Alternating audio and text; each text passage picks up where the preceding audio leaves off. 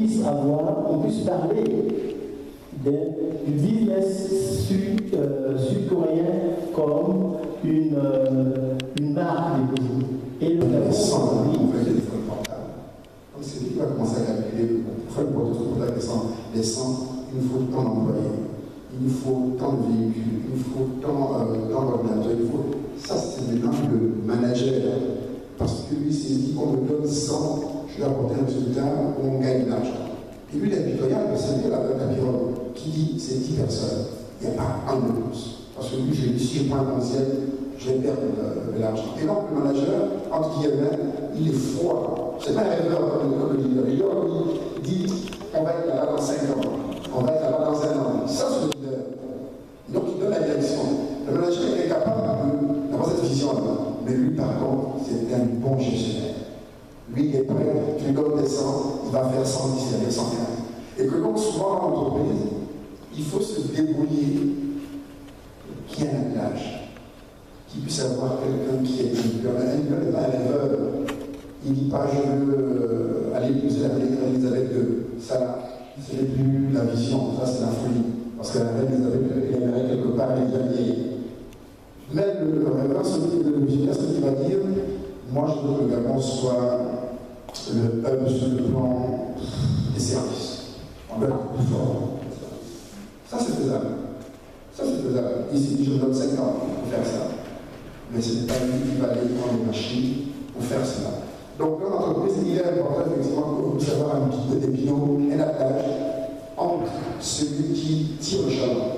Et voilà où est-ce qu'on va partir. Parce qu'on se voit et puis derrière, quelqu'un qui est là, qui est encore chef. C'est bien, c'est clair, laisse-moi demain pouvoir te ficeler cela. C'est un peu comme dans un couple souvent. On dit que l'homme peut être le leader, celui qui dit voilà où c'est pas partir, celui qui amène l'argent et l'autre, mais la femme, c'est elle qui est là qui gère. Même si les parents de prix et autres, elle qui gère parce qu'elle sait que c'est pour le bonheur de leur famille. Si la femme est leader, comme le mari, là il y a un problème. Si le mari est gestionnaire comme la femme, là il y a un problème. Parce qu'on va finir par faire sur place. Quand même, moi je pourrais caricaturer l'idée du leader et du manager. Les deux sont importants. Les deux sont importants. Mais difficile que quelqu'un puisse être excellent sur les deux en même temps. C'est comme le pied droit et le pied gauche au football. Et là, tu joues le pied gauche, et là, tu joues le pied droit. Et dans cette équipe, il faut gagner et les gauchers et les droites. Voilà comment je trouve qu'on peut être sur le leader de manager. Merci encore, Monsieur le Président.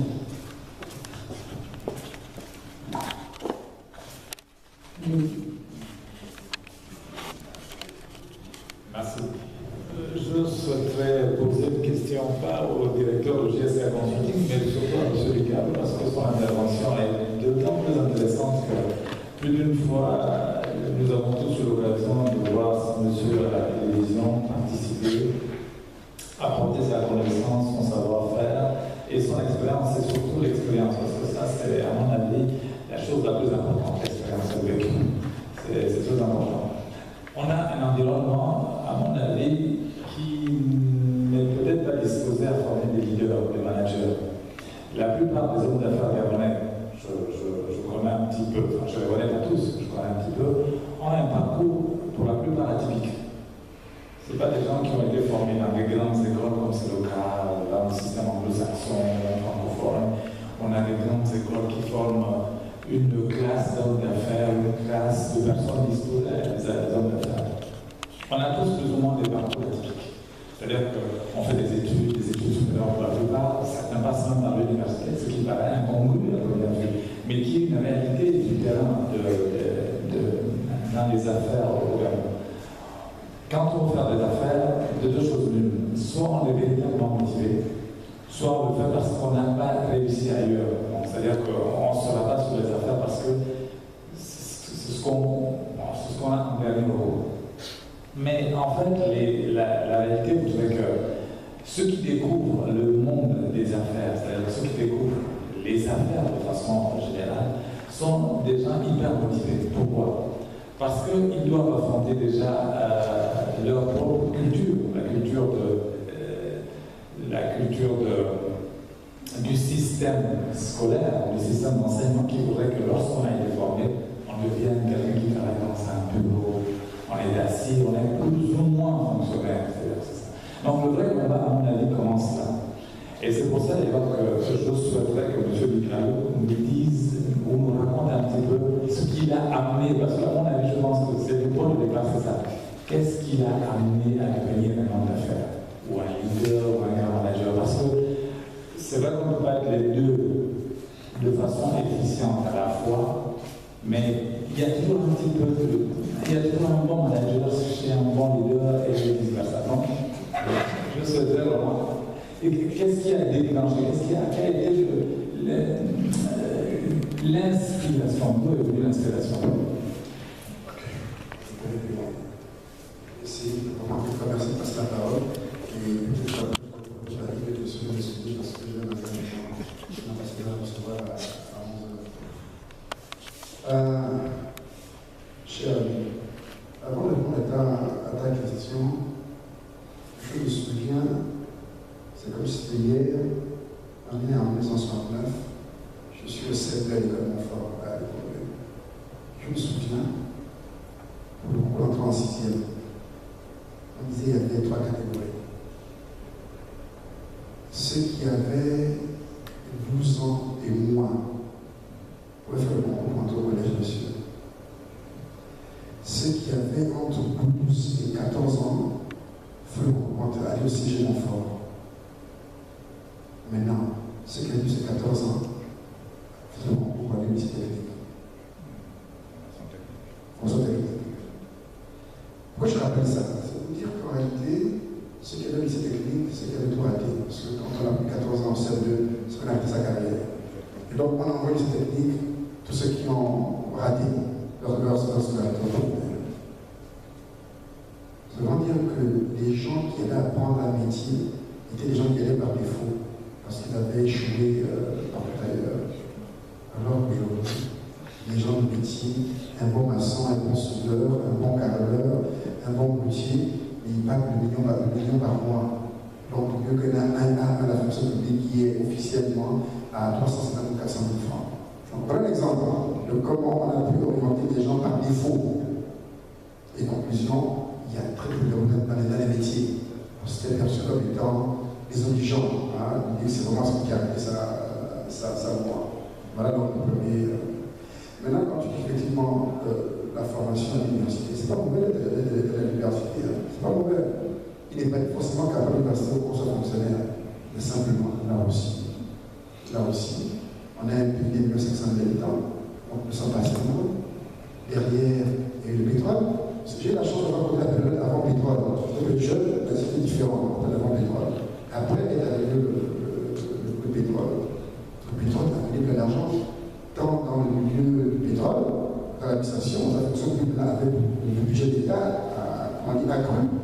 Et donc derrière, les gens, je ne vais pas prendre de position par rapport à des marchés de fonds communs, je vais dire qu'effectivement, entre quelqu'un qui va trimer à aller faire médecine, être professeur de médecine et autres, son salaire à la fin du mois, c'est peut-être 900 000 francs par mois. Professeur de médecine, il a fait 15 ans d'études. Là, 1 million, ça veut dire par mois. Si à côté de ça, un jeune homme qui a un bac plus 4, qui a fait l'école d'impôt de loi du Trésor derrière, au bout de 2-3 ans, à des fonds communs, des chiffres contents, vous comprenez que pourquoi le gars va aller faire prof de médecine? Il va aller à l'énergie financière. Ou dans le même temps, pourquoi aller dans l'entreprise privée? Tu sais, pour gagner 500 000 fois par mois, alors qu'avec les fonds communs, il peut avoir peut-être 1 fois plus par mois. Donc voilà comment les gens sont attirés par la fonction publique, par les carrières politiques, parce que là-bas, dans les carrières politiques, il y a des fonds communs et autres. Et donc, il y a un tropisme où les gens vont vers la fonction publique, c'est là où on gagne de l'argent assez facilement. Il y a moins de stress. Au privé, j'ai dit, il faut être là à 4 h du matin, 5 h du matin, le bien est roi, tu vas rouler le client, alors la fonction publique, tu arrives à 10 h. Le gars n'a pas le choix, il est chez toi parce qu'il met un papier. Donc tu vois pas que la fonction publique, moins de stress, moins de pression, en dehors des nominations, qui sont effectivement sujet de stress, mais on gagne plus d'argent, qui est fou. Tout le monde va à fonction en public. Et comme elle n'est pas l'endroit, conclusion, secteur privé, il n'y a personne. Et c'est pour ça que nos frères africains se sont engouffrés en disant là, il y a de la place, et quand ils viennent, 3-5 ans après, ils sont riches. Ils n'ont pas volé, mais ils deviennent riches parce que nous, on a fait le choix d'aller à la fonction publique. C'était d'abord le chemin de là. Maintenant, je vais poser une question directe. Pourquoi je suis allé sur le domaine de j'ai fait des affaires? Y a-t-il des petits détails? Et c'est pour ça que quand on se retrouve dans des réunions comme celle-ci, je m'efforce de prendre la parole. Ou à la télé, comme je prends la parole, des fois je renvoie des étudiants. Je vais prendre la parole. Pourquoi? Je me dis, je me considère un peu comme un évangéliste. Un peu. Quand je parle, même s'il y a seulement 1% qui peut être touché par le message, c'est peut-être cela qui peut toucher l'entreprise. Pas forcément les 100%, même 1%, je vais faire œuvre utile. Pourquoi je dis ça? Parce que moi-même, quand je vois mon film avec beaucoup de recul, je découvre que quand je reviens de France, c'est en 1982, à l'aéroport, je croise un collègue à moi qui était à l'université, qui a fait une gestion. Je lui dirai son nom tout à l'heure. Qui me dit que tu es rentré, oui. Il me dit, mais l'avenir, c'est des affaires. Lui-même, à l'époque, il avait géré. Et il a l'avenir, c'est des affaires. Qu'est-ce que c'est? Bon, à l'aéroport, on rigole, et puis on passe à autre chose. Celui qui me dit ça, c'est Maguelas. C'est Maguelas. Une femme. Et puis après, effectivement, je vois. On se fait déjà quand on était à l'école, quand il y avait des filets au bout là, ils vendaient sur cette bain murée. Les sandwichs, ils vendaient déjà. On veut dire que tout en étant au lycée, bon, si quelqu'un qui me dit, j'ai des affaires à venir, cette affaire, qu'est-ce qu'il raconte encore? Et après, je vois se mettre à son propre. Donc dire, c'est une goutte d'eau qui est tombée quelque part, paf, et qui n'a pas eu dans le main. Je suis rentré sur Gabon, je fais le Gabon, après je fais Hachel. Je suis à Hachel, on m'affecte au Cameroun, Hachel Cameroun, dans la partie distribution. Et là-bas, je découvre le Cameroun. Et tout ce qui ici à Libreville, les Camerounais, on les a côtoyés très tôt, mais là-bas, je découvre les Camerounais. Je découvre les Bamileke. Je suis impressionné. Impressionné de dire que la deuxième personne du Cameroun, plus grande que celle de Sopana, appartient à un Bamileke qui ne parle même pas français. Il ne parle même pas français. La brasserie est à lui. Non, pas français, mais Rachid. Je regarde ça, je suis impressionné. Les gens qui n'ont pas été à l'école, mais ceux qui font. Je dis, mais c'est pas possible. Et même derrière, maintenant, ils envoient les enfants en formation dans les plus grandes écoles. Ils payent. Ils n'ont pas de bourse légale, mais ils payent pour leurs enfants. Je dis ça c'est fort. Pourquoi eux et pas? Dans le même temps, on a un séminaire à Ouagadougou. Je peux compter chez à Ouagadougou. Là-bas encore, je regarde, je suis impressionné. Je dis, mais c'est pas possible. Mais eux, là, qu'est-ce qu'ils ont de plus que nous? Et tu te dis, bah, eux, ils tiennent les coups de leur pays. Au Cameroun, les pilotes qui avaient les clandestins du Gabon, là, parce qu'au Cameroun, c'est mieux d'arriver au Cameroun. Ça vient au Cameroun, parce qu'au Cameroun, eux, les Camerounais, tout le terrain. Il n'y a pas un décret qui dit que c'est un terrain étranger, non. L'étranger va finir comme tout le terrain de par les Camerounais. Je dis, mais qu'est-ce qu'ils ont de plus que nous? Et maintenant arrive la grande question quand je reviens au Gabon. Je me pose la question au Cameroun. Alors, quand je reviens, j'étais à Chel en France. J'appartenais à Chel Gabon, on était à Chel de Chel. Et donc, là-bas au Cameroun, on me nomme comme des jeunes de Chel. Les gens de Chel Gabon, on fait la grande part. On dit, vous avez fait nous voir. Moi, dans mon chez, c'est au Chel Gabon. On t'a prêté la distribution. Là, on apprend quand on a un DG de biseau au Chel, tu nous poses un problème. Tu vas choisir. Ou tu reviens ici à Gamba. On te trouve un poste. Ou alors tu démissionnes chez Gabon pour un biseau Chel. Le salaire qu'on proposait à Gamba n'avait rien à voir avec ce que j'ai fait au Chel. s'il y avait que l'argent, je serais parti à Cameroun. Mais, étant Cameroun, dans ma tête, a commencé à réfléchir. Qu'est-ce que je peux faire? Qu'est-ce que je peux faire? Et je me dis, si je vais à Gamba, je vais couper la capitale. Et donc, les opportunités d'affaires, je ne les verrai pas. Je préfère gagner moins d'argent en restant dans le vie. Et là, je vais commencer à regarder au moment pour savoir qu'est-ce qu'il y a comme opportunité pour le moment venu me lancer. Donc là aussi, c'est pas le choix. C'est pas l'argent tout de suite. C'est se dire, qu'est-ce que je veux? Et le dernier point important, il y en a deux. Le premier, c'est de se dire, tu te dis, j'ai 42 ans, dans 13 ans, c'est la retraite. Michael, tu vas être à la retraite. Être quelqu'un en train de tirer, pour dire que je n'ai pas assez d'argent, ou alors tu vas être actif après les 55 ans. Première question. Donc, tu penses à ta retraite, donc tu es égoïste. Je fais chez eux, parce que quand tu es entrepreneur toi-même, tu n'as pas de retraite. Quand tu es salarié, tu es la retraite. Quand je te dis, dans ma retraite, tu serais quoi? Un mendiant ou actif? Et puis, dernier point, je te dis, moi, mon père était menuisier, ma mère était ménagère. C'est ce que je veux le plus, c'est évidemment qu'il m'a donné. En repos, je laisserai pour moi. Laissez-moi. Si je crée une structure, je vais créer l'emploi pour les gars. Et donc là, au moins, j'aurais rendu au Gabon une partie de ce qui m'aura donné. Donc voilà, 3 remarques. La première, avec les autres au Cameroun, qu'est-ce que ça nous plus que nous? Deuxièmement, tu te dis, ma retraite, qu'est-ce qu'elle sera? Et troisièmement, tu te dis, je donne quoi à mon pays? Quand tu te poses ces 3 questions-là, le boulevard est ouvert. Tu viens déjà depuis au chêne, tu sais où est-ce que tu vas aller, puis 3-4 ans après, tu démissionnes parce que tu as un projet. Voilà l'explication derrière. C'est-à-dire, c'est atypique, mais à un moment donné, se dire, qu'est-ce que tu veux dire demain? Parce que ton avenir, c'est toi qui le fais. Ce n'est pas un décret. Ce n'est pas un décret, c'est toi qui fais ton avenir.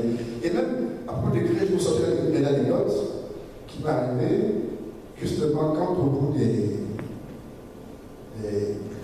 3 ans aux Seychelles, je décidais de partir, lancer mon projet. Je connais des aînés et des amis qui n'ont pas compris. Parce qu'on va pas épouse, parce qu'on a dit non. Là, déjà, je suis missionnaire. C'est qu'il y a un problème, il a piqué des sous. Bon, ça, c'est pas grave. C'est notre nom quotidien. Mais j'ai des aînés et des amis qui m'ont dit tu me poses un problème. Tu me poses un problème. Comment tu es déjà mis au chef et on me dit que tu démissionnes? Qu'est-ce que tu veux faire? J'ai dit à certains, j'ai dit, je vais prendre 3 mois pour me poser. J'ai un projet, je veux lancer quelque chose. Il y en a un qui a poussé, qui m'a dit, qu'est-ce que tu veux faire? J'ai dit, je veux lancer encore un chef d'affaires. Tu sais que chez nous, les affaires ne marchent pas. Qu'est-ce que tu es en train de faire là? Tu vas au casse-pied? J'ai dit, je vais. Ça ne m'avait pas convaincu. Je me souviens ce week-end, là j'étais à mandat, à l'autre. Quelqu'un m'appelle dimanche de 10h. Il dit, Jean-Baptiste, tu es où? Je suis là, je suis à mandat actuellement. Tu rentres à Libre? Je dis, mais je prends mon vol autour de 13h, donc je vais aller autour de 14h. Il me dit, écoute, quand tu as atterri à Libre, tu m'appelles. Je dois te voir quand tu es chez toi. D'accord. Quand j'atterris. Il dit, quand tu embarques, quand vous découlez, là-bas, mais que tu m'appelles. Je vais te voir quand tu rentres chez toi. D'accord. Je l'appelle, il me dit, ok, là, on est en train de décoller. Très bien. Il me dit, mais je t'attends dans la zone de Lycée-Léonard. Moi, j'atterris, là, on se retrouve. Il me dit, écoute, on va en parler parce que les couleurs sont là. Il dit, écoute, hier, j'ai eu la chance, on nous a fait le chef d'État au Maroc. Ton sujet, je n'attends pas. Je comprends pas. Et vraiment, le président a dit